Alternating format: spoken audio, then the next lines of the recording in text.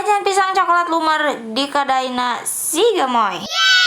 Ayeuna mah mamah muda mau ngajak mararaneh ka sawah deui nya lur. Lain arek eureun ka sawah, tapi mamah muda ieu memang rada keur harorea meuredannya lumpang ka sawah. Intina ayeuna mah mamah muda arek ngajak mararaneh jararajan lur. Kudu jauh-jauh anu purah nalalangkrong mah nyaranaho meureunannya ngaranna tempat panongkrongan puncak Gunung Menir teh nu ayana di Lebak. Ayeuna geus jadi langganan mamah muda orang Sunda lamun nongkrong di dinya teh da teu hilap meureunannya. Moal kudu katinggaleuan intina kana jajan-jajan di dieu.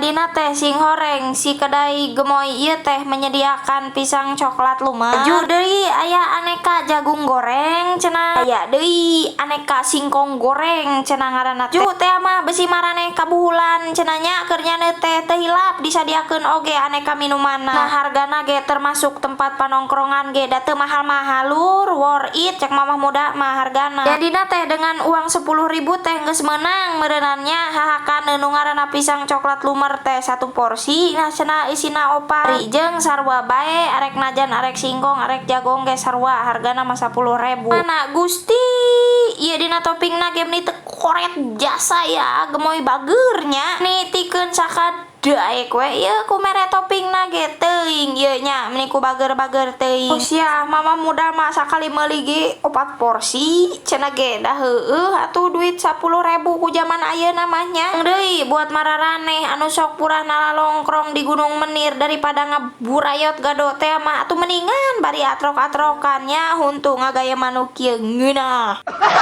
Ain teh mah resep kana aneka jajanana mamah muda ge ku resep ieu kanu dagangna kunaon cenah da kurang mah teuing atuh. Di teh mah kasepnya heuh da lalaki lamun awewe mah kudu disebut kasep ku mamah ge. Pan ku ngeunahnya sore-sore bari nongkrong bari nyaneut ayeuna mah ku mamah dibawa ka imah da meuni ku loba teuing nu nararitip cenah nyebut ngeunah ieu kanu ngaranna pisang coklat lumer aa gemoy teh. Datang ka imah ieu bareng besti-bestikeun kuat sing gulupruk we ieu pada ngararomong ngeunah cenah coklatna henteu koret kejuna loba. Pokona mah raos pisan we nya cek mamah muda mah mantap. Pokona jajan di kedai si gemoy.